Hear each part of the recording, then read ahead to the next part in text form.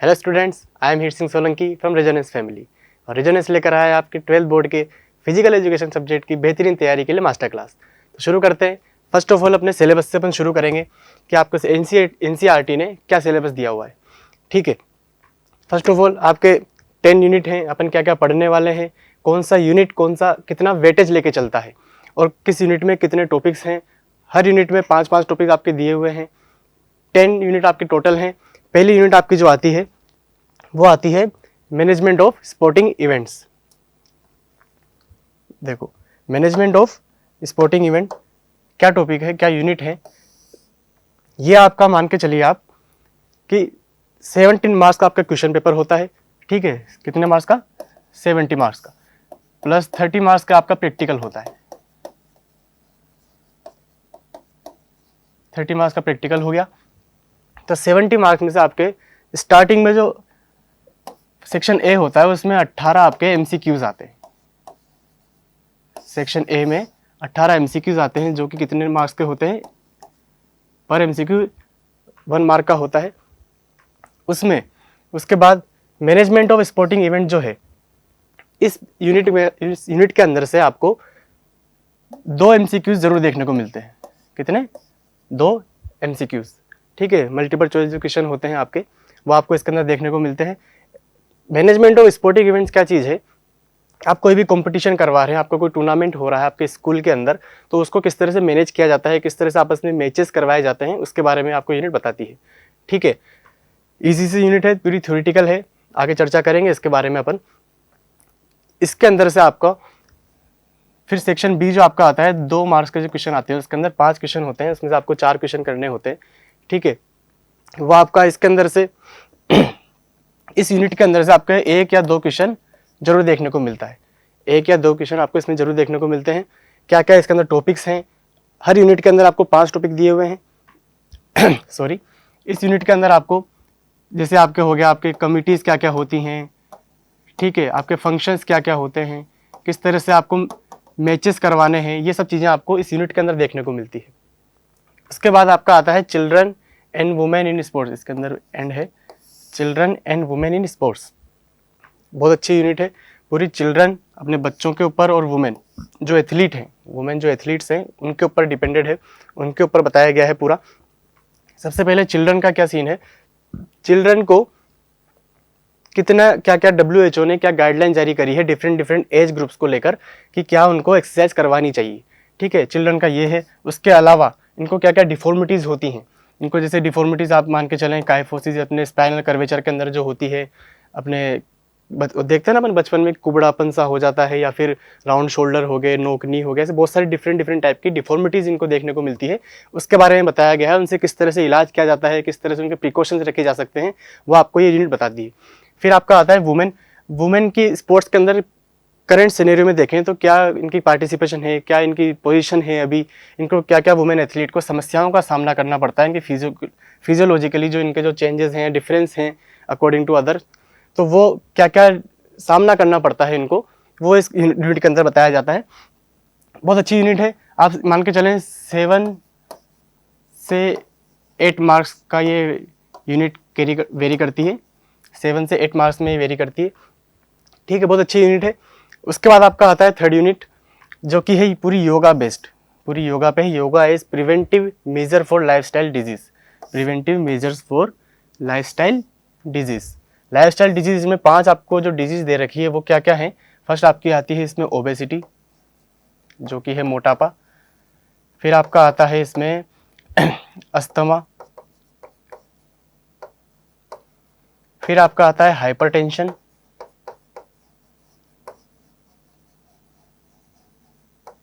फिर आपका आता है इसमें डायबिटीज। फिर आपका आता है इसमें बैक पेन। ठीक है, 5 हो गई। जैसा कि मैंने कहा, आपके हर यूनिट के अंदर आपको 5-5 टॉपिक देखने को मिलेंगे। तो 5 इसमें लाइफस्टाइल डिजीज आपको दे रखी है 3rd यूनिट के अंदर। तो योगा बेस्ड इस तरह से है कि ये 5 डिजीज अपन किस तरह से किन किन योगा आसनों के द्वारा इनको ठीक किया जा सकता है, या फिर कुछ प्राणायाम भी हैं इसमें दे रखे हैं। बिल्कुल थ्योरेटिकल है। योगा आपको आसन के नाम याद करने होंगे, प्रोसीजर आपको याद करना होगा, किस तरह से लिखना है इनका, किस तरह से आप आंसर वेरी करते हैं, आंसर कैरी करते हैं कि कितने नंबर्स के मार्क्स में, कितने मार्क्स के क्वेश्चन के अंदर आपको कितना लिखना है। ठीक है, तो ये पांचों हो गई, obesity, asthma, hypertension, diabetes, back pain. इन पांचों को किस तरह से ठीक किया जा सकता है योगा आसनों द्वारा, ये पूरी यूनिट आपको बताती है। इजी सी है, पढ़ते हुए चलेंगे आगे। फोर्थ यूनिट आपकी आती है physical education and sport for CWSN। इसमें आप इसको ध्यान में रखें, CWSN का मतलब क्या हो गया, चिल्ड्रन विद स्पेशल नीड, जो कि हो गया दिव्यांग। दिव्यांग क्या हो सकता है, दिव्यांग मतलब आप समझें जिसके कोई डिसेबिलिटी हो, या फिर आप मान के चलें कि किसी के पैर नहीं है, किसी के हाथ नहीं है, कोई व्हील चेयर पर है, वो किस तरह से स्पोर्ट्स के अंदर पार्टिसिपेशन करते हैं, या किस तरह से, जैसे हो गया ना अपने आपके, आप मान के चलें पैरालंपिक हो गया, अपन देखते हैं कि जो दिव्यांग जो लोग हैं, एथलीट हैं, उनके लिए जो ऑर्गेनाइजेशन काम करती है पैरालंपिक। नॉर्मल के लिए तो हो गया ओलंपिक्स वगैरह, तो पैरालंपिक हो गया, स्पेशल ओलंपिक हो गया, डेफ ओलंपिक हो गया, जो सुन नहीं सकते। ठीक है, वैसे ही डेफ ओलंपिक हो गया। इस तरह से इन चीज़ों के बारे में इस यूनिट के अंदर बताया गया है। इनका कब इन्वेंट किया गया, कब क्या उनका मोटो है, क्या किस तरह से उनमें क्या क्या गेम्स करवाए जाते हैं, वो सब चीज़ें इसके बारे में बताया गया है। ठीक है, फोर्थ यूनिट है, आप मान के चलें इसके अंदर से आपका एक सेक्शन डी जो आता है, उसके अंदर आप केस स्टडी टाइप के क्वेश्चन आते हैं। केस स्टडी हो गया, उसके नीचे आपको 4 क्वेश्चन दिए हुए होते हैं एक एक नंबर के। ठीक है, तो वो जो आपका यूनिट है, वो जो आपका सेक्शन है, उसमें एक क्वेश्चन इस यूनिट में से जरूर बनता है। यूनिट 4 जो है आपका, इसमें आपको डायग्राम दे दिया जाएगा, उस डायग्राम के अकॉर्डिंग आपको 4 MCQs दिए जाएंगे एक तरह से, जो 4 नंबर के होते हैं, एक एक नंबर का 4 क्वेश्चन हो गए, तो वो आपको इसमें दिया जाता है सेक्शन डी के अंदर। ठीक है, इसके बाद आपकी आती है unit 5 sport and nutrition. Sports and nutrition क्या हो गया, आपके डिफरेंट टाइप के स्पोर्ट्स के अंदर आपको कितने टाइप के, सब हर स्पोर्ट्स के अंदर आपको डिफरेंट टाइप का डाइट प्लान होता है। आपको किस गेम के अंदर क्या डाइट प्लान लेना है, आपको क्या फैट की ज़रूरत है, कार्बोहाइड्रेट्स, प्रोटीन, ये सब अपने बचपन में पढ़े हैं, तो वही सब आपको ये यूनिट बताती है कि रेसलर को क्या लेना चाहिए, प्री कॉम्पिटिशन आपको क्या खाना चाहिए, या पोस्ट कॉम्पिटिशन आपको क्या खाना चाहिए, ये सब चीज़ें आपको इस यूनिट के अंदर देखने को मिलता है। ठीक है, 5 यूनिट आपकी ये है। इसके बाद आपकी आती है 6 यूनिट, जो कि है test and measurement in sports. Test and measurement in sports, ये क्या यूनिट है देखो, मान के चलें कि डिफरेंट टाइप के आपके टेस्ट इन्वेंट किए गए हैं आपकी फिजिकल फिटनेस को मेजर करने के लिए। डिफरेंट टाइप के क्या हो गया, जैसे आप जैसे साई का नाम आपने सुना होगा, SAI, जो कि क्या होता है, sports authority of India.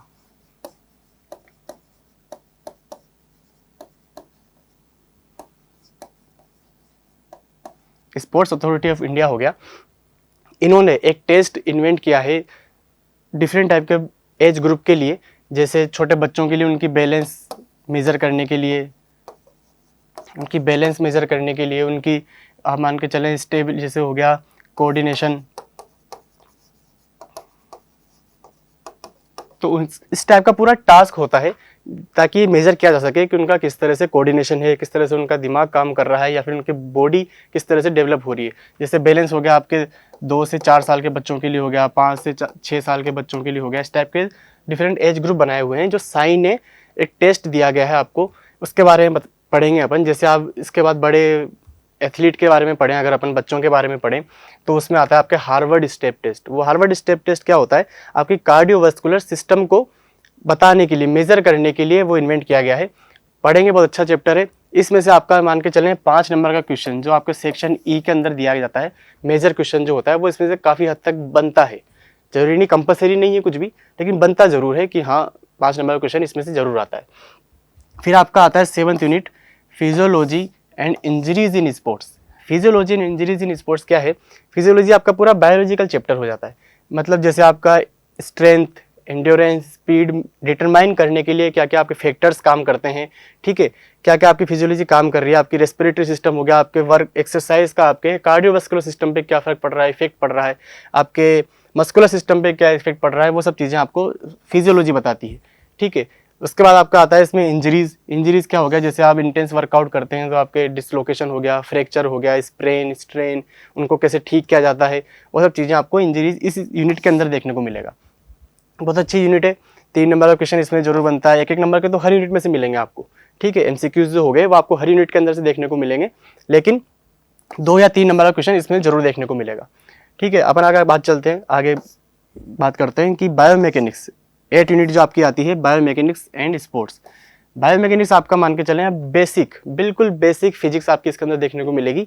Physics कैसे हो गया, न्यूटन्स के लॉ हो गए, ठीक है, फ्रिक्शन हो गया, प्रोजेक्टाइल हो गया, वो सब आपको अपने स्किल के अंदर, किसी गेम के अंदर कैसे आप अप्लाई करते हैं, कैसे वो बेनिफिशियल होते हैं वो लॉज, वो आपको ये यूनिट बताती है। इसमें से आप मान के चलें 5 नंबर का क्वेश्चन भी बन सकता है, बनता है काफ़ी हद तक कि न्यूटन के तीनों लॉ को आपको डिफाइन करना होगा, किस गेम में उनके एग्जाम्पल देने होंगे, वो सब चीज़ें आपको 5 नंबर में देखने को मिलेगा।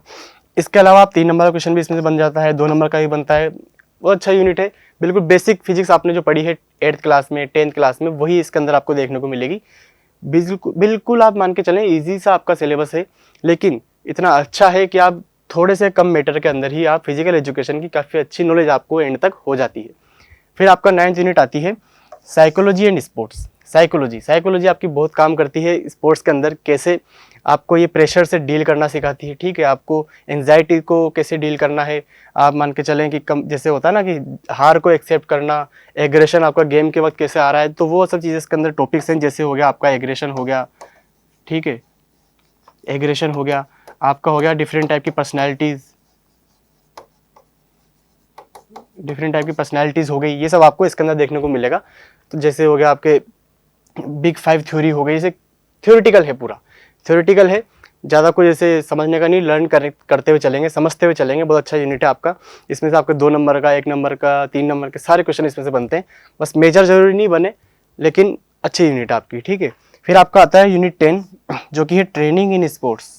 ट्रेनिंग इन स्पोर्ट्स आप मान के चलें हाईएस्ट वेटेज आपका लेके चलता है यूनिट। ट्रेनिंग इन स्पोर्ट्स क्या चीज़ है, आप किसी भी स्टूडेंट को, किसी भी एथलीट को, बच्चे को आप ट्रेन कर रहे हैं, आपकी उसकी स्ट्रेंथ बढ़ाने के लिए, उसकी एंड्योरेंस बढ़ाने के लिए, स्पीड बढ़ाने के लिए आप डिफरेंट टाइप के ट्रेनिंग मेथड यूज़ करते हैं। वो आपको बताती है ट्रेनिंग इन स्पोर्ट्स कि क्या आपको यूज़ करना है, किस तरह का आपको ट्रेनिंग शेड्यूल रखना है, कंपटीशन से पहले आपको किस तरह का आप इंटेंस वर्कआउट करवाएंगे, कंपटीशन के बाद, हर एक चीज़ आपका ये यूनिट बताती है आपको।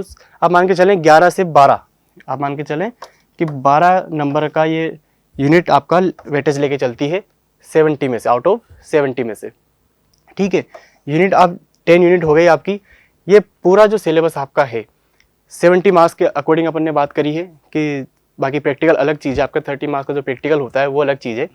इसके अंदर आपका जो फर्स्ट यूनिट था अपन बात करेंगे, हाँ, आपका जो फर्स्ट यूनिट है इसमें से आपका 5 मार्क्स का क्वेश्चन बनता है, ठीक है। और आप मान के चलें इसमें से हो गया, और एक आप योगा वाले मान के चलें कि आपको डायबिटीज़ को हो गया या फिर अस्थमा को हो गया, जैसे अस्थमा, इसको ठीक करने के लिए कौन कौन से आसन है, उनका पूरा प्रोसीजर अगर लिखना है तो वो आपका हो गया 5 नंबर का। आपको क्वेश्चन बताएगा कि कितने नंबर का क्वेश्चन है, जिस तरह से जैसे आपको बोल गया कितने आसन होते हैं अस्थमा को ठीक करने के, कि नहीं 2 का नाम लिखें, 3 का नाम लिखें, सिर्फ नाम लिखना है अगर, तो फिर आपका हो गया वो 2 नंबर का, ठीक है। फिर उन 3 में से किसी एक को एलिमिनेट करना है तो वो हो गया आपका 3 नंबर का, ठीक है। फिर आपसे बोला जाए कि कितने आसन हैं, 2 या 3 को ज़्यादा को डिफेंड करें, तो 5 नंबर के क्वेश्चन में वो आ जाता है, ठीक है। इस टाइप के क्वेश्चन आपके बनेंगे, आपको ध्यान रखना रहेगा कितने नंबर के क्वेश्चन में आपको कितना लिखना है, ठीक है। क्या पैटर्न रहेगा वो अपन यूनिट के अंदर बात करते हुए चलें किस तरह से लिखना होता है। तो ये आपका यूनिट था। उसके बाद जैसे आपका आ गया टेस्ट एंड मेजरमेंट आ गया। आपको बोला गया कि हार्वर्ड स्टेप टेस्ट, ऐसे टेस्ट आएगा आगे जाके कार्डियोवास्कुलर सिस्टम को आपको मेजर करने के लिए, जैसे हार्वर्ड स्टेप टेस्ट आ गया, इसको पूरा डिफाइन करना है हार्वर्ड, ठीक है, हार्वर्ड स्टेप टेस्ट, इसको पूरा डिफाइन करना है, प्रोसीजर लिखना है, किस तरह से आप मेजर करेंगे कार्डियोवास्कुलर सिस्टम को, तो वो आपका आ जाएगा 5 नंबर के क्वेश्चन में। कितने नंबर के क्वेश्चन में? 5 नंबर के क्वेश्चन में। वैसे ही बायोमैकेनिक्स आपका आ गया कि न्यूटन के तीनों लॉ लिखने हैं आपको, ठीक है, परफेक्ट एग्जाम्पल्स लेके, गेम से रिलेटेड, स्पोर्ट्स से रिलेटेड आपको एग्जाम्पल लेके चलना है, तो वो आपका आ जाता है बायोमैकेनिक्स में 5 नंबर का क्वेश्चन। 1, 2, 3 अपन ने पहले पढ़ा था, ठीक है। फिर आपका ट्रेनिंग इन स्पोर्ट्स में से 5 नंबर का क्वेश्चन जरूर बनता है, या आप मान के चलें कन्फर्म है। इस यूनिट के अंदर से आपकी जो एमसीक्यूज वाली सेक्शन ए है, सेक्शन ए हो गया, उसमें आपके 2 क्वेश्चन जरूर बनते हैं। ट्रेनिंग इन स्पोर्ट्स की बात कर रहे हैं अपन, ठीक है।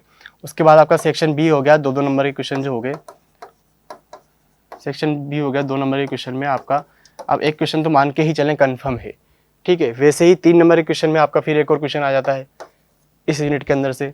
4 में से नहीं आएगा तो 5 नंबर का क्वेश्चन जरूर आएगा। 5, 3 हो गया 8, 9, 10, 11।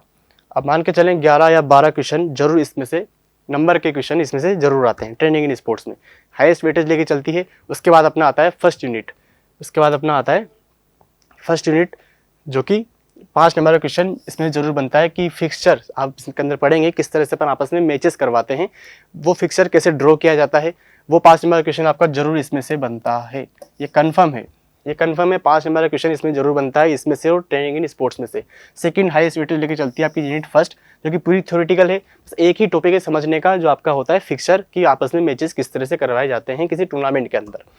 तो ये आपका पूरा सिलेबस था, ये आपका पूरा सिलेबस था कि हम क्या क्या पढ़ने वाले हैं, किस तरह से आपका एग्जाम पैटर्न होता है, आप क्या क्या लिखना है, वो सब आप धीरे धीरे समझेंगे अपन आगे वाली यूनिट के अंदर। तो अपन शुरुआत करते हैं अपनी पहली यूनिट के साथ, जो कि है मैनेजमेंट ऑफ स्पोर्टिंग इवेंट। तो आइए शुरू करते हैं अपनी पहली यूनिट के साथ में अपन कि जो कि है आपकी मैनेजमेंट ऑफ स्पोर्टिंग इवेंट।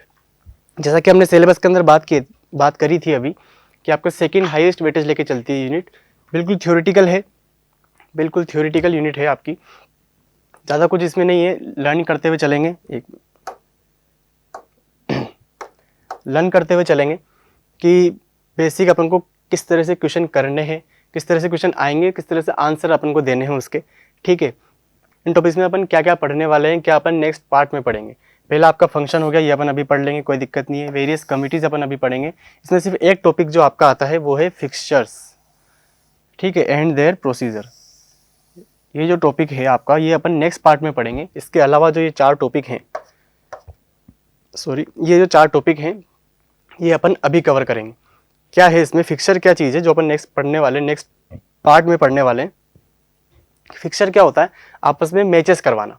आपस में मैचेस कैसे हो गया, जैसे कोई टीमें आई हैं बहुत सारी, 7-8 टीमें आ गई, 12 आ गई, आपस में प्लेयर आ गए इतने सारे कंपटीशन में पार्टिसिपेट करने, कंपटीशन में पार्टिसिपेशन करने, तो उनका आपस में मैचेस करवाना, वो आता है आपका फिक्सचर्स, ठीक है। डिफरेंट टाइप के मेथड होते हैं, ठीक है, नॉकआउट हो गया आपका, round robin, cyclic method, tabular हो गया, अपन ये सब पढ़ेंगे, स्टेयर केस मेथड हो गया, ये सब चीज़ें अपन नेक्स्ट पार्ट में पढ़ेंगे।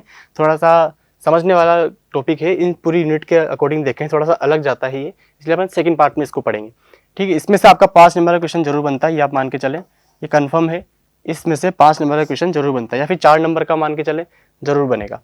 फिर आपका अपन शुरू करते हैं बाकी के जो टॉपिक हैं, function, various committees, intramural, community sport, क्या चीज़ है, इन सब के बारे में अपन डिस्कस करते हुए चलेंगे। पहला आपका आता है functions of sport event management. Function of sport management क्या है, या फिर वेरियस कमिटीज़ अपन क्या पढ़ने वाले हैं कि क्या क्या कमिटीज़ बनती है, उनका क्या रिस्पॉन्सिबिलिटीज़ होती है, आपके प्री कंपटीशन हो गया या ड्यूरिंग कंपटीशन हो गया, पोस्ट कंपटीशन हो गया, ठीक है। आसानी समझ में आएगा, कोई ऐसा टिपिकल कोई वो टॉपिक्स नहीं है आपके, थ्योरेटिकल हैं, अब अपन डिस्कस करते हुए चलेंगे, उसमें समझ में आ जाएगा आराम से। फिर आपका आता है इंट्रामुरल क्या है, एक्स्ट्रामुरल क्या है, कम्युनिटी स्पोर्ट्स क्या है, ये सब हम पढ़ के चलेंगे। इससे पहले अपन बात करते हैं functions of sports event management. Function जैसे ये है, function of sport event management कितने होते हैं, मेजर 5, आपको ये याद रखना है, मेजर 5 होते हैं।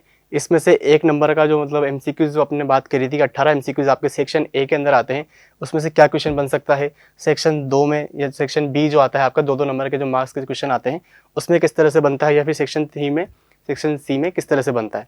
पहला आपको याद रखना है कि पोस्ट कोप क्या है, ये पोस्ट को सीओ करके ऐसे को कर दो, कुछ भी कर दो, तो पी से आपका क्या हो गया, प्लानिंग, पी से क्या हो गया, प्लानिंग, ओ से हो गया आपका ऑर्गेनाइजिंग, एस से हो गया आपका स्टाफिंग, डी से हो गया डायरेक्टिंग और सी से हो गया कंट्रोलिंग। क्या चीज़ें हैं ये, बात करते चलते हैं। जैसे आपका 1 नंबर में क्वेश्चन आपका आता है, शुरुआत से बात करते चलते हैं कि 1 नंबर में अगर आप क्वेश्चन आता है आपका कि जैसे आ गया कि इन चारों में से कौन सा फंक्शन स्पोर्ट्स इवेंट मैनेजमेंट का नहीं है, जैसे आपको दे दिया प्लानिंग दे दिया, ठीक है, प्लानिंग दे दिया ए, ठीक है, बी आपका दे दिया कि स्टाफिंग, ठीक है, सी आपका दे दिया कंट्रोलिंग, ठीक है, सी आपका दे दिया कंट्रोलिंग, फिर डी आपका दे दिया जैसे कोई सा भी दे देंगे आप मान के चलें कि कोचिंग, तो कौन सा आपका इसमें से फंक्शन स्पोर्ट इवेंट मैनेजमेंट का नहीं है, तो कौन सा नहीं है। जैसे अपन ने ये याद रखना है आपको, पोस्ट को, planning, organizing, staffing, directing, controlling, तो कौन सा नहीं है, कोचिंग नहीं, इस तरह से आपके क्वेश्चन एमसीक्यूज में बोलेगा, पूछेगा इस टॉपिक को लेकर। ठीक है, अपन वो बात करते हुए चलेंगे। तो पहला आपका हो गया प्लानिंग, ये याद रखना है, पोस्ट को भी याद रखना है। ठीक है, इसमें से आपको 2 नंबर का क्वेश्चन क्या आता है कि आपको एनी टू फंक्शंस को डिफाइन करना है, एलिब्रेट करना है स्पोर्ट्स इवेंट मैनेजमेंट के एनी टू। तो आपका होता है वो 2 नंबर का क्वेश्चन। ठीक है, अगर आपसे पूछ लिया एनी 3 तो आपका मान के चलें 3 नंबर का क्वेश्चन हो गया। ठीक है, आप किसी को भी एनी 5 में से एनी आपको 2 करने हैं तो आप कुछ भी कर दो, प्लानिंग का कर दो, ऑर्गेनाइजिंग को कर दो, स्टाफिंग को कर दो, डायरेक्टिंग को कर दो। तो ये सब क्या चीज़ें हैं, अपन पहले से इसके बारे में बात कर लेते हैं, क्या डिफाइन कर सकते हैं इसको अपन। तो प्लानिंग क्या होती है? प्लानिंग किसी स्पोर्ट्स इवेंट मैनेजमेंट की, मान के चलें स्पोर्ट इवेंट मैनेजमेंट को छोड़ो, अपन आप खुद के स्टडी को देख के लेकर कर लो। आप कुछ गोल बनाते हैं, ठीक है, आपको आईआईटी करनी है, आपको 12th बोर्ड के एग्जाम देने हैं, तो उसका प्लानिंग करें किस तरह से अपन पढ़ेंगे, क्या क्या मटेरियल अपन को चाहिए रहेगा, ठीक है, क्या क्या उसका कितना खर्चा आएगा, वो सब चीज़ें आप की प्लानिंग करते हैं। ठीक है, वही आपका कहलाता है स्पोर्ट्स इवेंट मैनेजमेंट के अंदर कि अपन किस तरह से ऑर्गेनाइज करवाएंगे, अपन को क्या क्या इक्विपमेंट चाहिए रहेंगे, क्या ऑफिशियल्स क्या क्या जरूरत पड़ेगी, किस तरह से आप उसको एक गोल आप सेट करते हैं अपना, तो वो कहलाता है आपका प्लानिंग। इसके बाद में डिफाइन किया गया है आगे, जैसे ये आ गया प्लानिंग आप ये आ गया आपका प्लानिंग। प्लानिंग क्या है? Planning is the major function of sports event management. ठीक है, ठीक है, तो बेसिक चीज़ है, कुछ इसमें कोई बात करने की जरूरत नहीं है, because it sets the pace for further steps to be taken in the sport event management. ठीक है, लास्ट की अगर बात करें, ये ऐसे ही है, in planning we will have to evaluate methods and strategies to determine how we go ahead towards our goals। जो बात करी थी our goals हो गया कि इनको अपने गोल को अचीव करने के लिए क्या क्या स्ट्रेटेजीज अपन बनाते हैं, वो आपका कहलाता है प्लानिंग के अंदर आता है। ठीक है, वो आपका किस में आता है? प्लानिंग के अंदर आता है। फिर आपका आता है जैसे ऑर्गेनाइजिंग, पोस्ट कोप के अंदर जो सेकेंड नंबर का आता है, पी से प्लानिंग, ओ से ऑर्गेनाइजिंग। ये पोस्ट को भी याद रखना है आपको। ठीक है, एनी 5 पूरे 5 के नाम अगर पूछ लेता है आपसे तो पूरे 5 लिखने इस तरह से लिख सकते हैं जैसे आपको दिखाया गया था अभी, पूरा POSD करके, पी से प्लानिंग, ओ से, इस तरह से आप इस तरह से भी लिख सकते हैं, अट्रैक्टिव लगेगा कि हाँ आपने कुछ लिखा है। ठीक है, फिर आपका आता है ऑर्गेनाइजिंग। ऑर्गेनाइजिंग क्या चीज़ है जो आपने देखो, organizing in sports management refers to the process of arranging and coordinating resources, people and tasks to achieve specific goals within sports organization। क्या चीज़ है ऑर्गेनाइजिंग? कि आपके जो गोल, आपका जो मान के चलें प्लानिंग जो आपने करी थी, आपके जो रिसोर्सेज हैं, आपके पास जो लोग हैं, उनको अरेंज करना, उनको ऑर्गेनाइज करना, किस तरह से मैनेज करना है आपको आगे जाके, वो आपका कहलाता है ऑर्गेनाइजिंग। ठीक है, वही चीज़ है वही चीज़ है कि वही आपका क्या कहलाता है ऑर्गेनाइजिंग, कि किस तरह से आप अरेंज करते हैं, किस तरह से मैनेज किया जाता है आपका, आपने जो प्लानिंग करी थी उसको एग्जीक्यूट करना एक तरह से, वो आपका कहलाता है ऑर्गेनाइजिंग। इस तरह से आप डिफाइन कर सकते हैं। ठीक है, 2 नंबर का क्वेश्चन आया तो आप प्लानिंग को कर लो, ऑर्गेनाइजिंग को कर लो, स्टाफिंग को कर लो, कोई दिक्कत नहीं है। 3 नंबर का क्वेश्चन आता है तो 3 को करना पड़ेगा। आपको 5 नाम पूछे हैं तो 5 लिखने पड़ेंगे, कोई दिक्कत नहीं है, ईजी से हैं। मेथड आपने बता दिया कि अपन को इस तरह से लिखना है, POSDCO। ठीक है, इस तरह से लिखना है। फिर आपका आता है स्टाफिंग। क्या आता है आपका? स्टाफिंग। स्टाफिंग नाम समझ में आ रहा है कि स्टाफ आपको क्रिएट करना है। ठीक है, डिफरेंट काम के लिए, रिस्पॉन्सिबिलिटीज़ के लिए आप अपनी एक टीम खड़ी करेंगे। ठीक है, एक चूज़ करेंगे, सेलेक्ट करेंगे कि आपको ये काम करना है, आपको ये काम करना है, इस तरह से आपका पूरा स्टाफ बनता है। ठीक है, वो आपका फंक्शंस के अंदर आता है। क्या होता है? Staffing in sports management involves the process of recruiting, selecting, training and retaining individuals for various roles within sports organization. Various roles, different type के आप काम देंगे, रिस्पॉन्सिबिलिटीज़ देंगे, उनको रोल देंगे कि आपको ये काम करना है, ये काम करना है, तो उसके लिए आप इंडिविजुअल को सेलेक्ट करते हैं, तो वो आपका क्या कहलाता है? स्टाफिंग। ठीक है, नाम से समझ में आ रहा है, कोई डिफरेंट अलग टाइप की कोई चीज़ नहीं अपन पढ़ रहे हैं, देख रहे हैं कि वे तो कभी सुनी ही नहीं नाम अपन ने। ठीक है, फिर आपका आता है डायरेक्टिंग, POS हो चुका अपना। फिर आपका आता है डायरेक्टिंग। डायरेक्टिंग इन स्पोर्ट्स मैनेजमेंट क्या है? Involve the leadership and guidance जो अपन ने नाम से समझ में आता है डायरेक्ट करना कि भाई किस तरह से करना है। आप मैनेजर, एक तरह से आपका मैनेजर का रोल हो जाता है, जो कि कौन होता है, फिजिकल टीचर आपका जो स्कूल के अंदर होता है उसका आपका मैनेजर का रोल हो जाता है। किस तरह से आप लीडरशिप करते हैं, किस तरह से आप डायरेक्टिंग करते हैं कि ये काम अच्छे से हो रहा है कि नहीं हो रहा। जैसे इसमें बताया गया है प्रोवाइडेड बाय मैनेजर्स, जैसे मैंने कहा managers and administrators to ensure that individuals and teams within the sports organization work toward the achievement of common goals. जो अपन ने गोल बनाए थे, ठीक है, जो अपन ने गोल बनाए थे वो स्मूथली उसकी तरफ जा रहे हैं कि नहीं, उसके थ्रू काम हो रहा है कि नहीं हो रहा है, वो डायरेक्ट करता है मैनेजर, एक तरह से जो फिजिकल टीचर होता है आपका, ठीक है, उसका ही ये काम होता है। तो ये इसके अंदर बताया गया डायरेक्टिंग के अंदर। फिर आपका आता है कंट्रोलिंग, सीईओ जो लास्ट जो बच रहा था आपका, क्या आता है, controlling.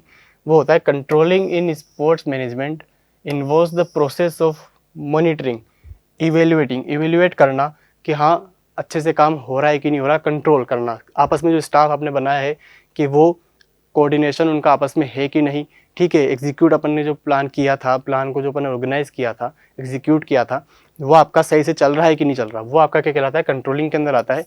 Regarding various aspects of the sports organization to ensure that plans are being implemented, अपन ने जो प्लान किए थे वो इम्प्लीमेंट हुए हैं कि नहीं, वो आपका किस में आता है, कंट्रोलिंग में आता है। ये आपका इतना सा फंक्शंस था, बेसिक सा इसके ऊपर घूमता है पोस्ट को, planning, organizing, staffing, directing, controlling. ये आपको पांचों याद रखने हैं। थ्योरेटिकल है, कुछ समझने का ऐसा कुछ खास ऐसा कुछ नहीं है, लेकिन 2 नंबर का 1 नंबर का जरूर क्वेश्चन इसमें से बनता है, 3 नंबर का भी बनता है। तो अच्छा आपका इजी सा आपको क्वेश्चन तोहफे में दिए जा रहे हैं, ठीक है, तो आप मान के चले कि इजी से आप आराम से कर सकते हैं फंक्शंस, ठीक है। फिर सेकेंड नंबर पे आपका आता है टॉपिक जो आता है वो आता है इंट्रामुरल एंड एक्स्ट्रामुरल टूर्नामेंट्स। क्या आता है, इंट्रामुरल एंड एक्स्ट्रामुरल टूर्नामेंट। इसके बारे में बाद में बात करेंगे, पहले अपन खुद समझ लेते हैं कि इंट्रामुरल क्या चीज़ है। एक आसान शब्दों में अगर अपन बात करें तो इंट्रामुरल क्या होता है कि आप अपने स्कूल के अंदर हाउस टूर्नामेंट करा रहे हैं, आपस में ही जो टीमें बन के आपस में ही गेम करवा रहे हैं, वो आपका कहलाता है इंट्रामुरल, ठीक है। एक्स्ट्रामुरल हो गया, आप इंटर कॉलेज करा रहे हैं, दूसरे स्कूल से भी बच्चे आ रहे हैं पार्टिसिपेशन करने, या दूसरा स्कूल भी टीम लेकर आ रहा है, तो आपका कहलाता है एक्स्ट्रामुरल। ये तो अपन ने करी आसान शब्दों में बात, समझते ही चलते हैं क्या चीज़ है इंट्रामुरल क्या है। इसको अगर डिफाइन करें, 3 नंबर का क्वेश्चन अगर आता है आपका तो क्या आता है, the word intramural is derived from the Latin word intra and muralis. Intra का मतलब क्या हो गया, intra means within, and muralis का मतलब हो गया वॉल। तो विद इन द वॉल, ठीक है, 4 दीवारी के अंदर, यानी आपके इंस्टीट्यूशन के अंदर जो आप टूर्नामेंट करवा रहे हैं आपस में ही, अलग अलग क्लास हो गया, अलग स्टूडेंट हो गए, आपस में उनके मैचेस करवाते हैं या टूर्नामेंट करवाते हैं, तो वो आपका कहलाता है इंट्रामुरल, ठीक है। Which are performed within the walls or within the campus of institution are called intramural, ठीक है। वो जो अपन ने बात करी थी आपस में जो अपन मैच करवाते हैं स्कूल के अंदर ही, कॉलेज के अंदर ही, वो आपका कहलाता है इंट्रामुरल, ठीक है। एक्स्ट्रामुरल क्या होता है फिर, अच्छा एक्स्ट्रामुरल बाद में है, पहले आपका है सिग्निफिकेंस ऑफ इंट्रामुरल्स, इसके क्या क्या महत्व हैं, ठीक है, सिग्निफिकेंट क्या क्या हैं। आप मान के चलें कुछ चीज़ें हैं जो अपन खुद से ही दिमाग से कर सकते हैं कि आपस में टूर्नामेंट कराएंगे अगर अपन, तो आपको क्या लगता है कि मतलब कि इससे रिक्रिएशन बढ़ेगा कि नहीं बढ़ेगा, मतलब रिक्रिएशन का काम करेगा कि नहीं करेगा, बिल्कुल करेगा, रिक्रिएशन जरूर होगा इसके साथ में।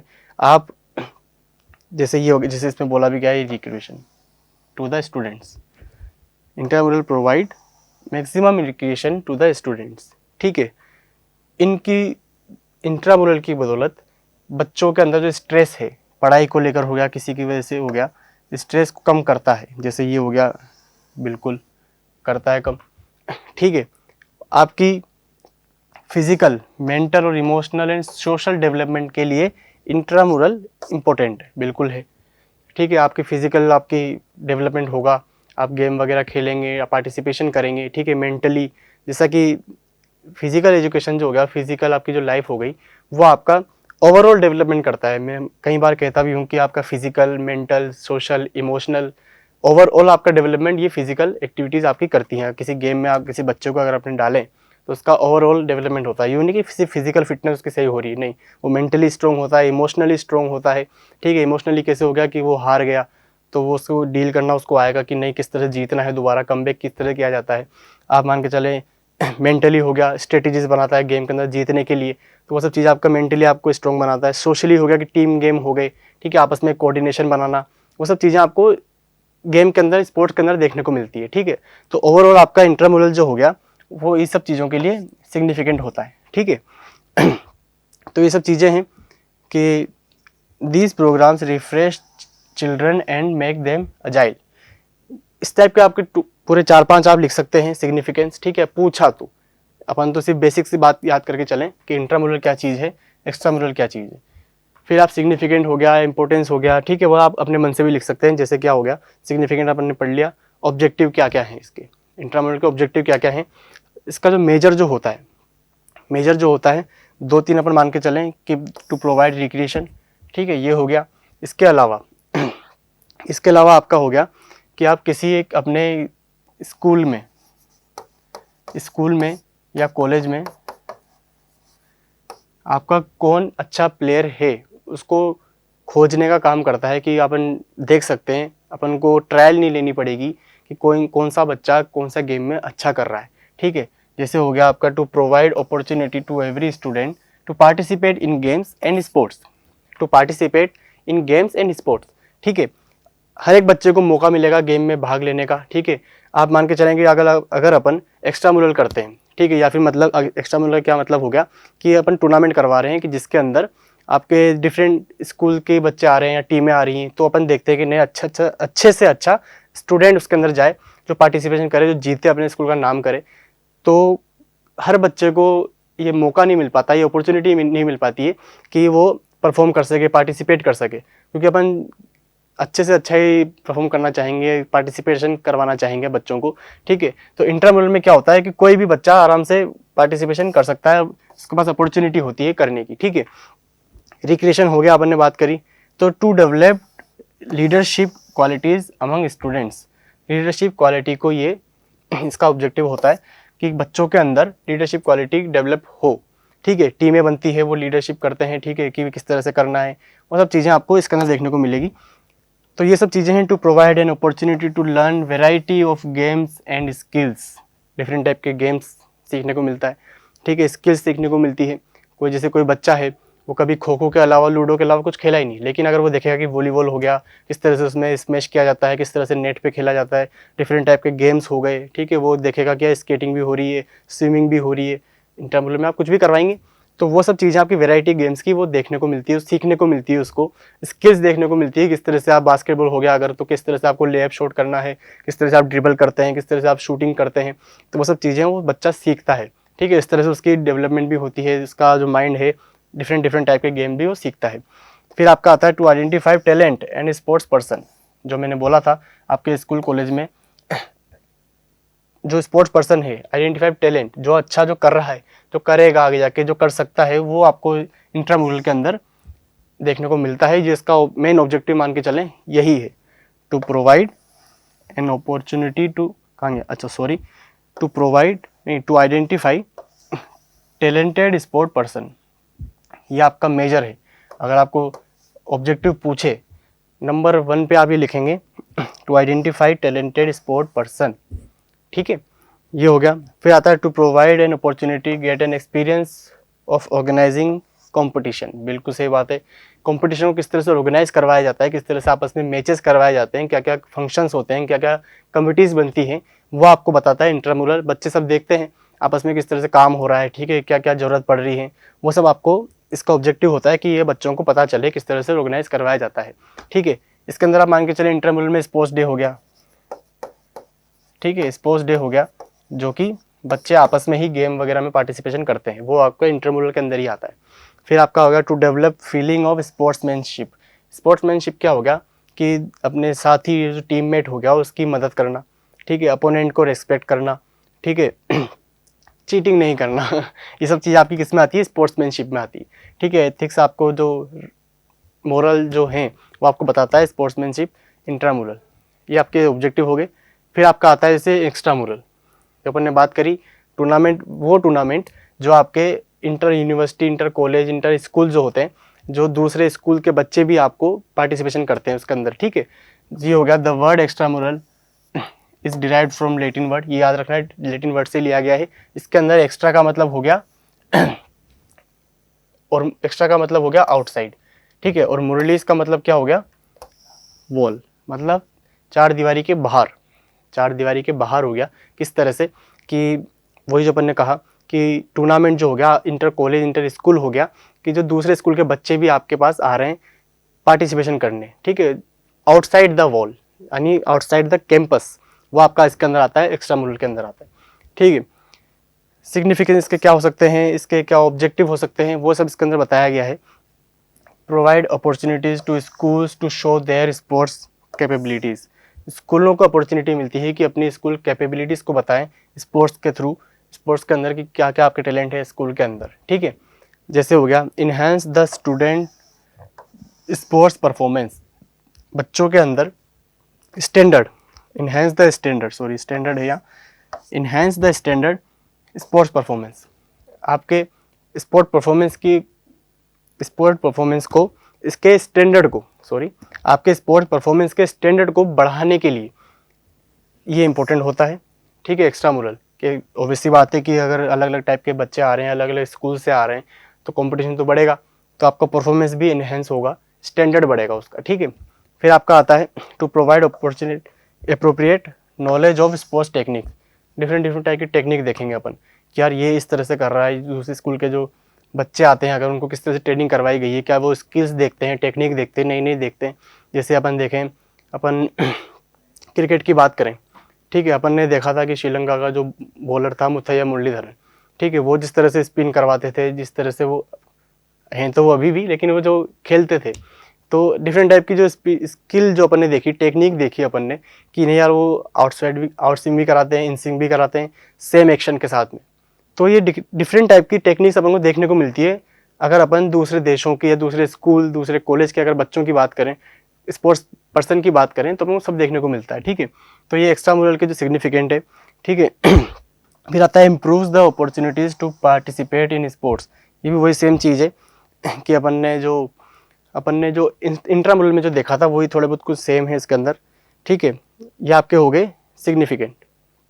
फिर अपन बात करें ऑब्जेक्टिव्स क्या क्या हैं इसके, to improve the standards of sports, standard को बढ़ाना स्पोर्ट्स के, ठीक है, ये इसका पहला ऑब्जेक्टिव आता है, बिल्कुल ठीक है। To provide knowledge of new rules and advance techniques, नए रूल्स देखना की नॉलेज होना, बच्चों को करवाना। अगर एक्स्ट्रा मुरल करवाएंगे तो डिफरेंट टाइप के स्कूल्स या अलग अलग टाइप के स्कूल के जो बच्चे आएंगे उनमें पता चलेगा कि यार क्या क्या रूल्स नए इसके अंदर बने हैं, क्या क्या आप टेक्निक्स के अंदर एडवांस अपन देख सकते हैं, ठीक है। फिर आता है इसका to provide enriching experience to students, बच्चों को नया एक्सपीरियंस करवाना, किस तरह से मैचेस करवाए जाते हैं, किस तरह से टेक्निक होती हैं, ठीक है। फिर आता है आपका to develop sportsmanship and feeling of fraternity, जैसे स्पोर्ट्समैनशिप की अपन ने बात करी थी पहले भी कि आपस में टीम मेट्स का हेल्प करना, रेस्पेक्ट करना, अपोनेंट को हेल्प करना, इस तरह वो स्पोर्ट्समैनशिप आपको किसमें देखने को मिलती है, एक्स्ट्रा मुरल और इंट्रा मुरल दोनों के अंदर, ठीक है। To broaden the base of sport, sport के बेस को बढ़ाना कि इस तरह से आप अपॉर्चुनिटी आपको मिलती रहे, वो आपका एक्स्ट्रा मुरल के अंदर आता है, ठीक है। तो आपके दो टॉपिक अपन कर चुके हैं, पहला अपन ने किया था फंक्शंस, ठीक है, फंक्शंस। फिर अपन ने कर चुके इंट्रामुरल और एक्स्ट्रामुरल, इंट्रामुरल और एक्स्ट्रामुरल, ठीक है। फिर अपना आता है दो टॉपिक और बचते हैं, टोटल 5 हैं, उसमें से अपन ने 2 कर चुके हैं, 4 अपन आज करेंगे, एक अपन नेक्स्ट पार्ट में करेंगे पूरा। फिर आपका आता है कम्युनिटी स्पोर्ट्स। कम्युनिटी स्पोर्ट्स को अपन आसान शब्दों में समझते हुए चलें, क्या लिखा हुआ है, क्या इसका मीनिंग हो गया, ठीक है, वो अपन बाद में पढ़ेंगे, पहले अपन समझ लेते हैं कम्युनिटी स्पोर्ट्स क्या होता है।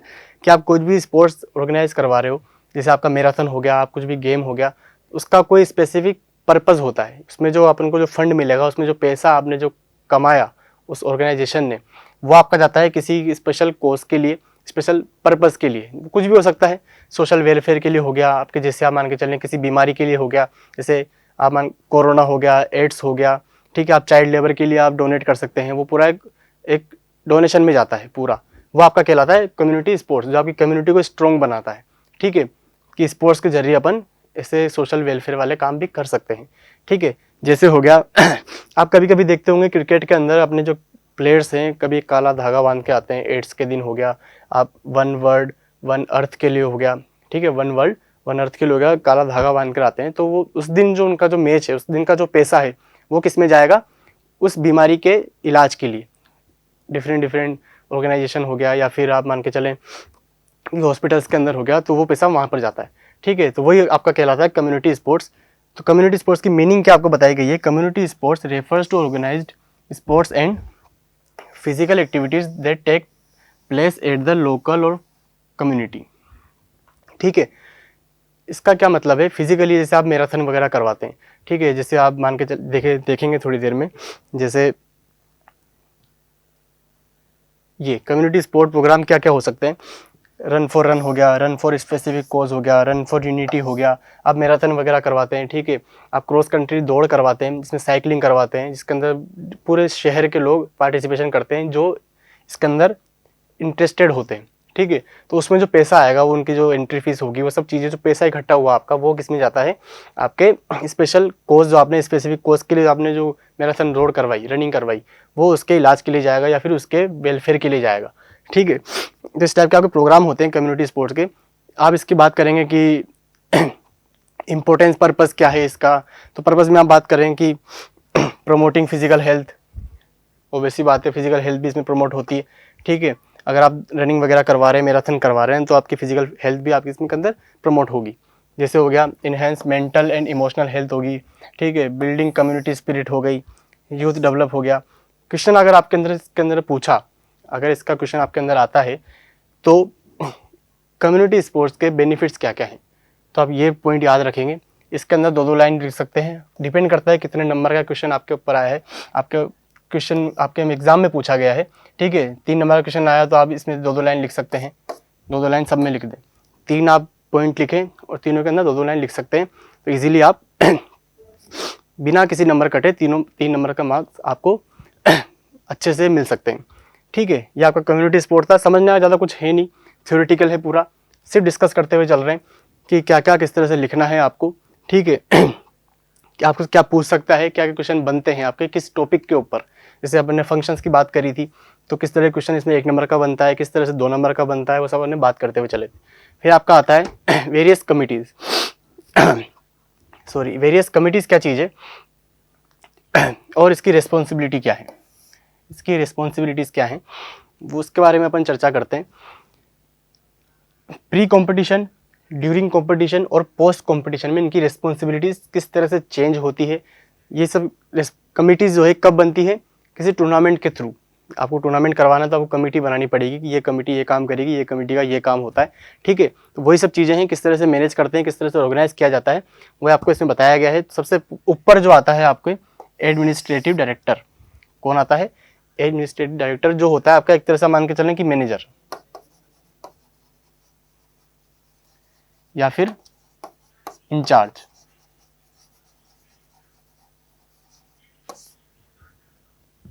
क्या हो गया आपका एडमिनिस्ट्रेटिव डायरेक्टर, क्या हो गया मैनेजर या फिर इंचार्ज। ठीक है, जो सब कुछ देखता है कि नीचे क्या चल रहा है क्या नहीं, मतलब हेड हो गया एक तरह से। ठीक है, फिर आपकी आती है एग्जीक्यूटिव कमेटी। ये कमेटी क्या होती है, ये आपका हर एक कमेटी के अंदर से एक एक मेंबर को बुलाती है और मीटिंग लेती है कि किस तरह से काम चल रहा है। इसका काम क्या होता है, मीटिंग, इसका काम क्या होता है, मीटिंग लेना। ठीक है, एग्जीक्यूटिव कमेटी ये जो मीटिंग ली, इसकी रिपोर्ट किसको देगी, एडमिनिस्ट्रेटिव डायरेक्टर को। ठीक है, फिर आपका नीचे आता है टेक्निकल कमेटी। टेक्निकल कमेटी मतलब होगा क्या क्या चीज़ें प्रोवाइड करवानी है, जैसे आपका ग्राउंड से रिलेटेड हो गया, आपके इक्विपमेंट से रिलेटेड हो गया, वो सब चीज़ें कौन देखता है, टेक्निकल कमेटी। क्वेश्चन अगर आपके 5 नंबर का आता है तो आपको इस तरह से चार्ट बनाना है। ठीक है, इसके नीचे फिर और कमिटीज वगैरह आएंगी, सब बात करेंगे कि प्री कॉम्पिटिशन क्या हो गया, ड्यूरिंग कॉम्पिटिशन कौन कौन सी कमेटी हो गई, उनकी क्या रिस्पॉन्सिबिलिटीज़ होती हैं। इस तरह से 2 नंबर का आ गया तो आपको सिर्फ 2 कमेटी के नाम लिखने हैं। ड्यूरिंग का पूछेगा कि ड्यूरिंग कॉम्पिटिशन को ऐसी 2 कमेटी के नाम लिखें, उनकी क्या रिस्पॉन्सिबिलिटीज़ होती हैं वो भी लिखें, तो 2 कमेटी आप लिख सकते हैं। ठीक है, वो पढ़ेंगे इसके बाद अपन। इसके बाद आती है आपकी जूरी ऑफ अपील और protest committee. Jury of appeal और प्रोटेस्ट कमेटी, ठीक है। ये क्या चीज़ है कि आप कुछ टूर्नामेंट करवा रहे हो, ऑब्वियसली बात है, मैचेस अगर हो रहे हैं तो किसी ना किसी को किसी डिसीजन से प्रॉब्लम हो सकती है, वो प्रोटेस्ट करता है अगर, तो किससे करेगा, तो उसके लिए कमेटी बनाई जाती है, जूरी ऑफ अपील, किससे वो अपील करेगा, कहाँ वो प्रोटेस्ट करेगा कि नहीं ये गलत हुआ है डिसीजन हमारे साथ में, तो उसके लिए कमेटी बनाई जाती है। तो वो कौन होती है, जूरी ऑफ अपील और प्रोटेस्ट कमेटी। जूरी का मतलब क्या हो गया, 6 या 7 जनों का एक पूरा एक ग्रुप होता है, ठीक है। जूरी जो बैठती, जैसे पहले अपने कोर्ट के अंदर बैठती थी, 5-6 जनों का जो पूरा ग्रुप होता था उसको बोलते थे जूरी, ठीक है। जज ना होकर पूरी 5-6 जनों की कमेटी होती थी, तो वही कहलाती है आपकी जूरी। तो यानी 5-6 जनों का आपका पूरा कमेटी का बनेगा पूरा प्रोटेस्ट, कि प्रोटेस्ट किस तरह से किया जा सकता है, कौन कर सकता है, किसको किया जाएगा, तो वो आपका कहलाता है जूरी ऑफ अपील और प्रोटेस्ट कमेटी। फिर आपका आता है ऑर्गेनाइजिंग कमेटी, ठीक है। फिर आपका क्या आती है, ऑर्गेनाइजिंग कमेटी, शायद इसमें शो हो रहा है कि नहीं, ऑर्गेनाइजिंग कमेटी। इस कमेटी के अंदर 11 डिफरेंट कमिटीज़ हैं, वो अपन डिस्कस करेंगे आगे। जैसे सबसे नंबर 1 पे अच्छा, ये तो वो आपकी जो अपन ने जो ऊपर पढ़ी हैं, एडमिनिस्ट्रेटिव डायरेक्टर हो गया, ये सब हो गया, उनके बारे में थोड़ा सा बताया गया है कि एडमिनिस्ट्रेटिव डायरेक्टर क्या हो गया, ही या शी इंचार्ज, जो मैंने बोला था कि इंचार्ज होता है ऑफ द एक्टिविटी, ठीक है। Has to see everything and conducts meeting with all the committee to organize the event successfully. Basic सी चीज़ है, कुछ समझने का कुछ भी नहीं है, ठीक है। फिर आपकी आती है एग्जीक्यूटिव कमेटी होगी, it consist of 1 member from each committee. मैंने वही कहा था कि हर कमेटी से एक एक जने को उठाएगी, उनसे मीटिंग लेगी, क्या चल रहा है क्या नहीं, उसकी रिपोर्ट किसको देगी, इस मैनेजर को, इस इंचार्ज को, ठीक है।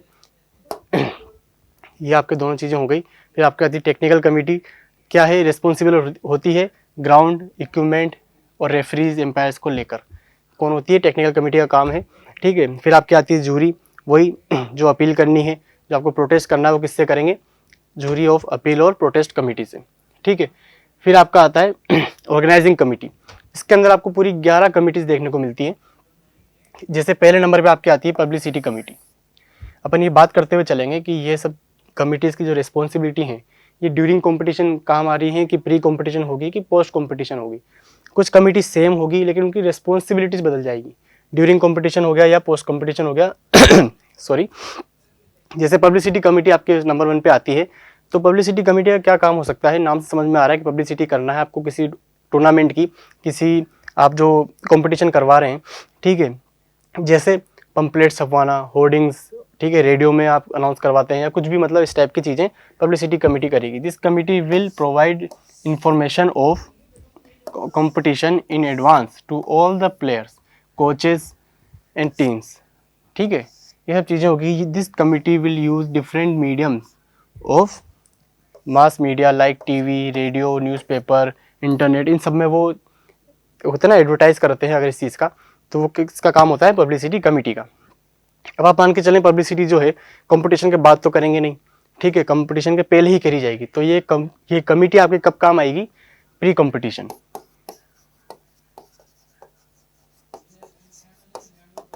प्री कंपटीशन, ठीक है। अपन पढ़ेंगे इसके बाद आगे जाके कि प्री कंपटीशन में कौन कौन सी कमिटीज़ हैं, उनकी क्या क्या रिस्पॉन्सिबिलिटीज़ हैं, तो वो अपन पहले से बात करते हुए चल रहे हैं कि पब्लिसिटी कमेटी प्री कंपटीशन में काम आएगी। ओबीसी बात है, नाम से पता चल रहा है कि कंपटीशन के पहले ही इसकी पब्लिसिटी करनी है आपको, तो ये आपका ये होता है पब्लिसिटी कमेटी, ठीक है।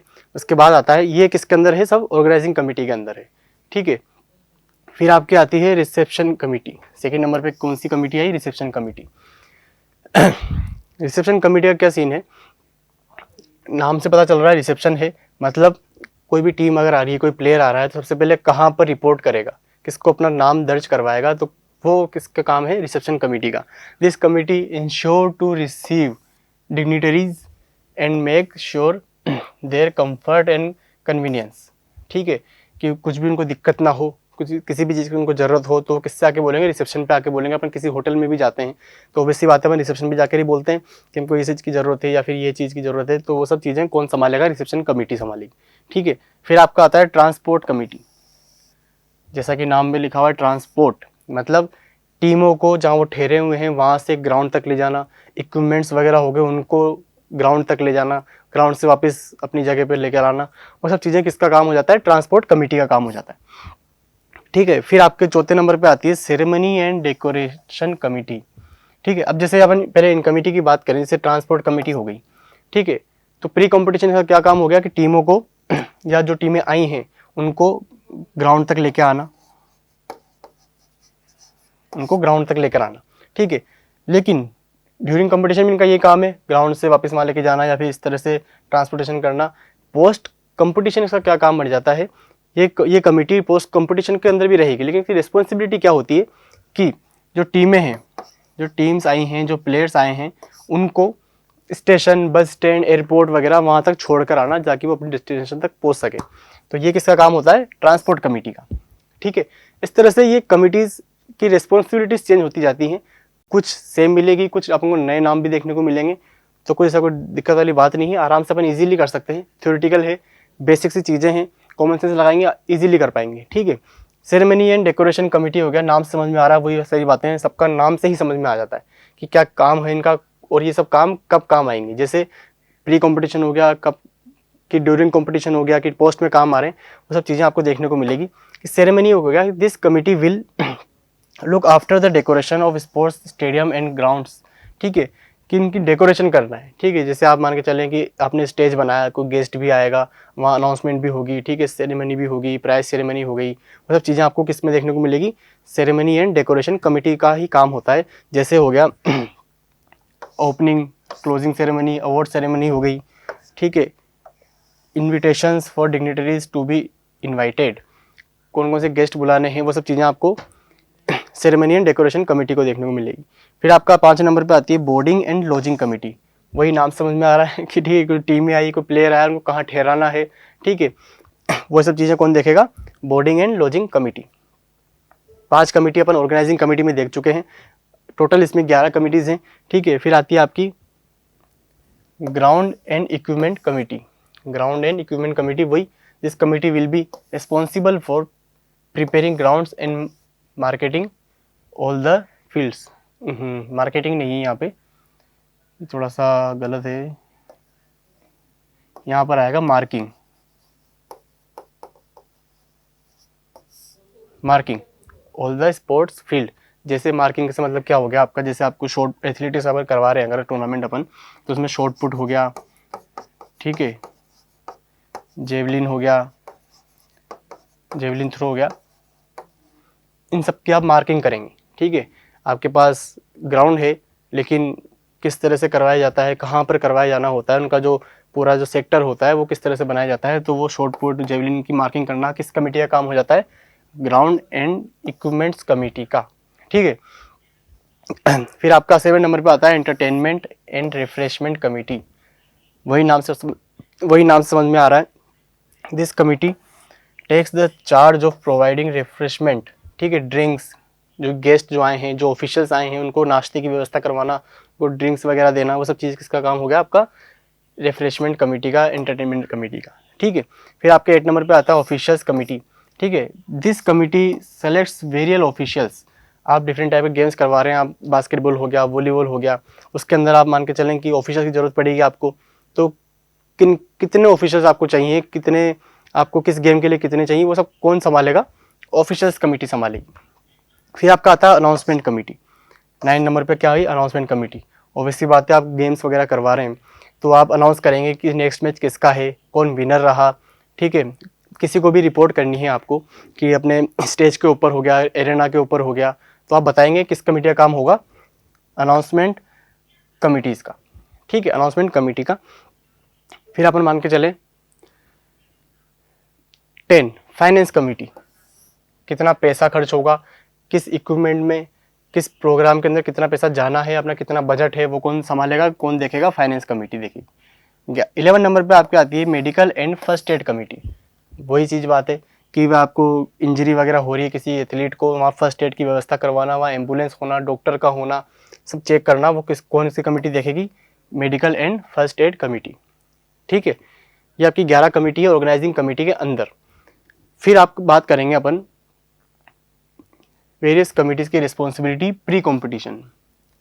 अब जो टॉपिक आने वाले हैं प्री, ड्यूरिंग और पोस्ट, ये आने वाले हैं, ठीक है। तो प्री कॉम्पिटिशन में कौन कौन सी कमेटी हो सकती है जो अपन ने अभी तक पढ़ी, जैसे अपन ने बात करी थी एक पब्लिसिटी कमेटी, हो ये कलर दिख नहीं रहा, कोई नहीं। क्या बात करी थी? Publicity committee. Publicity committee advertise करेगी तो प्री कंपटीशन ही करेगी, ड्यूरिंग का कोई मतलब नहीं, पोस्ट का कोई मतलब नहीं है, ठीक है। टूर्नामेंट स्टार्ट होने से पहले ही करेगी। जैसे advertise schedule of sports events air on print media, cinema, posters on TV etc. ये अपना क्या रिस्पॉन्सिबिलिटीज हो गई प्री कंपटीशन, ठीक है। प्री कंपटीशन अपनी रिस्पॉन्सिबिलिटी हो जाती है पब्लिसिटी कमेटी की। फिर अपन बात करते हैं एंट्रीज एंड प्रोग्राम कमेटी। क्या चीज़ है? This committee will finalize the print of schedule, divide the whole program into parts, execute, conduct, rehearsal to make sure no absence during event and advance the full schedule etc। पूरा schedule बनाना, ठीक है, किस तरह से programme करवाना है, किस तरह से एंट्रीज होगी, वो कौन करेगा? आपका एंट्रीज एंड प्रोग्राम कमेटी। वैसे अपन फर्स्ट पे बात करते हैं, फर्स्ट की बात करते हैं इंस्पेक्शन एंड सुपरविजन कमेटी। क्या चीज़ है? पर pre formation of field, selecting venue, special room, rest rooms, changing room, laboratories, lightning, accommodation, sanitation etc. ये सब चीज़ की व्यवस्था कौन करेगा? आपका इंस्पेक्शन एंड सुपरविजन कमेटी। तो ये काम जो ऑब्वियसली बात है, आप देख के चलें कि प्री कंपटीशन के काम है। चेंजिंग रूम, रेस्ट रूम कहाँ होंगे, कहाँ पर करवाना है प्रोग्राम, वो सब चीज़ें आप पोस्ट कंपटीशन तो देखेंगे नहीं, कंपटीशन तो फिर हो चुका ठीक है। तो प्री कंपटीशन में आप देखेंगे कि चीज़ें कहाँ पर होनी है, कहाँ रेस्ट रूम होना है, कितने चेंजिंग रूम चाहिए आपको, क्या क्या आपको सैनिटेशन वगैरह की व्यवस्था, लाइटिंग की व्यवस्था, ये कौन करेगा? Inspection and supervision committee.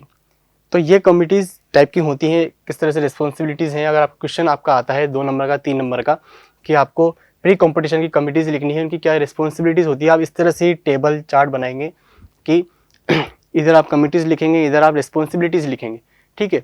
फिर आपका आता है वेलकम कमेटी। ऑब्वियसली बात है कि वेलकम करना है गेस्ट का, टीम का, और अपने सारे जो भी आपने टीम में आई हैं, ऑफिशियल्स आए हैं, उनका वेलकम करना। फिर आपका आता है discipline committee, to make sure all rules and regulation are being followed, कि क्या आपको फॉलो होने हैं, ठीक है। पूरे प्रोग्राम, पूरे टूर्नामेंट के अंदर आप किस तरह से रूल्स के आप अकॉर्डिंग चलने वाले हैं, वो आप पहले से ही डिसाइड करेंगे। आप मैच के दौरान नहीं आप डिसाइड करेंगे कि क्या आपके ये रूल डिसाइड हुआ ही नहीं था पहले, तो वो सब चीज़ें कौन देखेगी? पहले डिसिप्लिन कमेटी।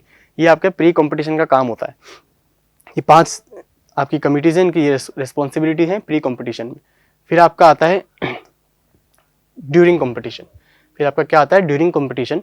सबसे पहले आ गया ऑर्गेनाइजिंग कमेटी। इसका क्या काम होगा? To ensure all the entries from various teams to conduct the games smoothly. सभी जो टीम आई है, सभी जो प्लेयर्स आए हैं, उनकी एंट्रीज करवाना ऑर्गेनाइजिंग कमेटी का काम होगा, बिल्कुल ठीक है।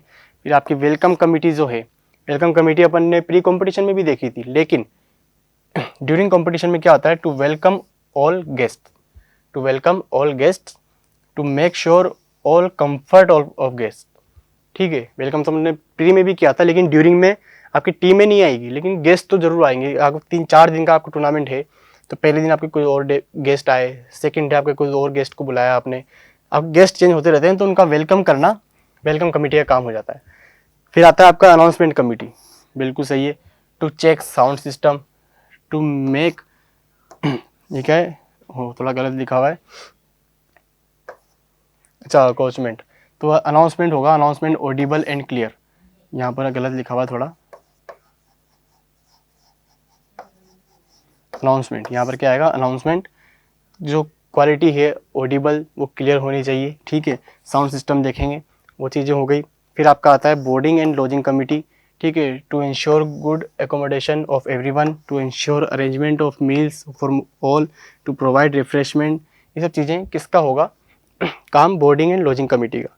फिर आपका आता है decoration committee, to decorate stage, make rangoli, flower, podium. ये सब चीज़ें कौन करेगा? Decoration committee. कब करेगी? During the competition. कब करेगी? During the competition. फिर आपका आता है ट्रांसपोर्ट कमेटी, वही जो मैंने बात करी थी, ट्रांसपोर्ट कमेटी होती है प्री कंपटीशन में भी, इसका काम है, ठीक है, कि टीमों को वहाँ से लेकर आना, ग्राउंड तक लेके जाना। तो ये इसका काम ड्यूरिंग कंपटीशन में भी होता है। रिस्पॉन्सिबिलिटी क्या होती है? To provide free and safe route and transfer to athlete and officials for venue. समझ में आई बात? कि ऑफिशियल्स को, टीम्स को बेस्ट रूट और सेफ रूट के साथ में ग्राउंड तक ले जाना, ये काम किसका होता है? ट्रांसपोर्ट कमेटी का। ड्यूरिंग कंपटीशन थोड़ी ज़्यादा आपकी कमिटीज़ देखने को मिलती है, पूरी 11 हैं। ठीक है। फिर आता है आपका ग्राउंड इक्विपमेंट कमेटी होगी, to provide safe and quality equipment. ये क्या चीज़ है क्वालिटी इक्विपमेंट, कि इस तरह का इक्विपमेंट ना हो कि ड्यूरिंग द गेम टूट जाए, किसी को डैमेज करे, हार्मफुल हो, उसका ध्यान रखना किसका काम है, ग्राउंड एंड इक्विपमेंट कमेटी का। To make sure all fields and ground are safe and perfectly make, इस तरह के ना हो कि चोट लगने का खतरा हो, तो ये कौन इंश्योर करेगा, ग्राउंड इक्विपमेंट। फिर आपका आता है रिफ्रेशमेंट, नाम से पता चल रहा है कूपन देना, ठीक है, ड्यूरिंग कंपटीशन, नाश्ते के या फिर खाने के, ठीक है। फिर आता है फर्स्ट एड कमेटी, इनकी क्या की वो होगी responsibility, make sure first aid kit and doctor available on the field for an emergency. Obviously बात है, एम्बुलेंस भी वहाँ होनी चाहिए, डॉक्टर भी होना चाहिए, फर्स्ट एड किट भी होना चाहिए कि इमरजेंसी के अंदर आपको कहीं बाहर नहीं जाना पड़े, दूर नहीं जाना पड़े। फिर आपका आता है official committee, venue incharge should inform the and provide all required officials on menu. Official committee जो है वो बताएगी इंचार्ज को कि कितने आपको ऑफिशियल्स की ज़रूरत है, कितने आपको ऑफिशियल्स की ज़रूरत है, ठीक है। फिर आपका आता है record award committee, to keep record intact, to make positions, to declare winner, to provide medals and certificate. ये कौन कराएगा, रिकॉर्ड अवार्ड कमेटी। कब कराएगी, ऑब्वियसली बात है ड्यूरिंग कंपटीशन ही चलेगा, कौन जीता है कौन नहीं, किस विनर को डिक्लेयर करना, आपकी पोजीशन सेट करना, वो कौन बताएगा, रिकॉर्ड अवार्ड कमेटी, ठीक है। ये आपके क्वेश्चन पूछेंगे, 3 नंबर का क्वेश्चन अगर आता है तो आप 5 कमिटीज़ लिखें, इधर 5 उनकी रिस्पॉन्सिबिलिटी लिखें, इन 5 की। ड्यूरिंग कंपटीशन क्या हो गया, प्री कंपटीशन क्या हो गया, पोस्ट कंपटीशन क्या रहेगा, इस टाइप के क्वेश्चन बनने। इतने 11 लिखने की जरूरत नहीं, 5 नंबर का अगर आता है बिल्कुल आप 11 लिखें, कितना लिखें कोई दिक्कत नहीं, आपको 250 वर्ड्स के अंदर लिखना होता है, ठीक है। तो वैसी बात है, आपको 250 वर्ड्स करने के लिए ज़्यादा उसमें लिखना पड़ेगा। फिर आपका आता है पोस्ट कंपटीशन। पोस्ट कंपटीशन में ये 5 जो आपके कमिटीज़ हैं क्या क्या हैं, वो है एंट्रीज एंड प्रोग्राम कमेटी का, फिर वही रिपीट हुई है लेकिन इसका रिस्पॉन्सिबिलिटी बदली है, to close the ceremony, ceremony की क्लोजिंग की अनाउंसमेंट करना, ठीक है। To ask all committees to give back all required things, जो जो उन्होंने चीज़ें स्कूल से या आपके कॉलेज से ली थी उनको वापस जमा करना। To take charge of records, जो भी रिकॉर्ड आपके जो बने हैं उसमें या कुछ भी चीज़ें हो गई उनको लेना वापस, तो कौन करेगा, entries and program committee. To take meeting of all committees, ठीक है। टू अनाउंस क्लोजिंग सेरेमनी, ये पूरी चीज़ें इसकी किसकी हो गई काम, रिस्पॉन्सिबिलिटी किसकी हो गई, एंट्रीज एंड प्रोग्राम कमेटी। फिर आपका आता है discipline committee, to make sure any indiscipline act remain unrest. कुछ भी इनडिसिप्लिन किसी ने किया है, किसी प्लेयर ने हो गया, किसी टीम ने हो गया, किसी स्कूल ने हो गया, उसको अनरेस्ट करना किसका काम है, डिसिप्लिन कमेटी का, ठीक है। ट्रांसपोर्ट कमेटी का क्या काम हो गया, वही अपन ने बात करी थी, जो प्री में भी काम आई, ड्यूरिंग में भी काम आई और पोस्ट में भी काम आई। To ensure all official and athlete reach their destination, ठीक है, कि सभी जो टीम आई थी, जो भी प्लेयर आए थे, वो अपने डेस्टिनेशन तक पहुँचे हैं कि नहीं, उनको इंश्योर करना, उनको वापस airport, bus stand, railway station वहाँ छोड़ कर आना, ठीक है। फिर आपका आता है इक्विपमेंट कमेटी, इसका होता है कि जो भी आपने इक्विपमेंट लिए थे उनको वापस डिपॉजिट करना, ठीक है। जो भी आपने डैमेज हुए हैं, जो भी गुमे हैं, जो लॉस्ट वन है, उनको पता लगाना, ये इसका काम होता है इक्विपमेंट कमेटी का। कब, पोस्ट कंपटीशन, थोड़ा सा कट गया है, ठीक है कोई नहीं। पोस्ट कंपटीशन काम होता है कि कौन से इक्विपमेंट टूटे हैं, कौन से गुम हुए हैं, उनका पता लगाना, जो हैं उनको वापस डिपॉजिट करना। पोस्ट कंपटीशन में ज़रूरत पड़ती है इस चीज़ की, ठीक है। फिर आता है ऑफिशियल कमेटी। ऑफिशियल कमेटी क्या चीज़ है, टू पे ऑल ऑफिशियल रिवॉर्ड, जो भी ऑफिशियल आए हैं उनको सम्मानित करना, उनको रिवॉर्ड देना, ठीक है, खड़े होकर लास्ट में। ये सब क्लोजिंग सेरेमनी के टाइम की बातें हैं, तब की रिस्पॉन्सिबिलिटीज़ हैं, कमिटीज़ वही हैं, रिस्पॉन्सिबिलिटीज़ चेंज हुई, ठीक है। फिर होता है to submit all records to organizing committee, जो भी रिकॉर्ड बने हैं, किसने कितने क्या परफॉर्मेंस रही, किसकी कौन पोजीशन रहा, तो किसको जमा कराएंगे, ऑर्गेनाइजिंग कमेटी को, ठीक है। तो ये आपकी सारी कमिटीज़ थी, उनकी रिस्पॉन्सिबिलिटीज़ थी, प्री कंपटीशन, ड्यूरिंग कंपटीशन और पोस्ट कंपटीशन। तो ये सब चीज़ें हैं आपकी, प्री कंपटीशन, पोस्ट कंपटीशन और ड्यूरिंग कंपटीशन अपन ने तीनों देखी, कमिटीज़ देखी, रिस्पॉन्सिबिलिटीज़ देखी। तो आज अपन ने क्या क्या पढ़ा, फंक्शंस आपके क्या क्या होते हैं, किस तरह से आप मैनेजमेंट करते हैं किसी कंपटीशन का, पोस्ट को प्लानिंग, ऑर्गेनाइजिंग, स्टाफिंग, ये सब चीज़ें अपन ने देखी। फिर आपका आता है आपके इंट्रामुरल, एक्स्ट्रामुरल टूर्नामेंट क्या होते हैं, जो 4 दीवारी के अंदर हो रहे हैं, इंट्रामुरल हो गया, जो बाहर की टीमें भी इन्वॉल्व हो रही हैं वो आपका एक्स्ट्रामुरल हो गया। फिर आपका आता है कम्युनिटी स्पोर्ट क्या होता है, किसी स्पेशल कोर्स के लिए अपन को स्पोर्ट्स करवा रहे हैं, ऑर्गेनाइज करवा रहे हैं, आपका मैराथन हो गया, मैराथन रेस हो गई, वो सब चीज़ें आपकी आती वो सब चीज़ें आपकी आती है कम्युनिटी स्पोर्ट्स के अंदर। फिर अपन ने पढ़ी कमिटीज़, वेरियस कमिटीज़ एंड इसकी रिस्पॉन्सिबिलिटीज़ क्या होती है, प्री कॉम्पिटिशन हो गया, ड्यूरिंग कॉम्पिटिशन हो गया, या फिर पोस्ट कॉम्पिटिशन हो गया, चीज़ें अपन ने तीनों पढ़ी। नेक्स्ट पार्ट में अपन पढ़ेंगे किस तरह से आपके मैचेस करवाए जाते हैं, फिक्सचर एंड देयर प्रोसीजर, ठीक है। वहाँ अपन थोड़े कुछ क्वेश्चन भी अपन सोल्व करने की कोशिश करेंगे, किस तरह से आपके क्वेश्चन एमसीक्यूज बनते हैं, किस तरह के आपके 5 नंबर के 3 नंबर के क्वेश्चन बनते हैं इसके अंदर, वो सब अपन देखते हुए चलेंगे। तो आज के लिए इतना ही।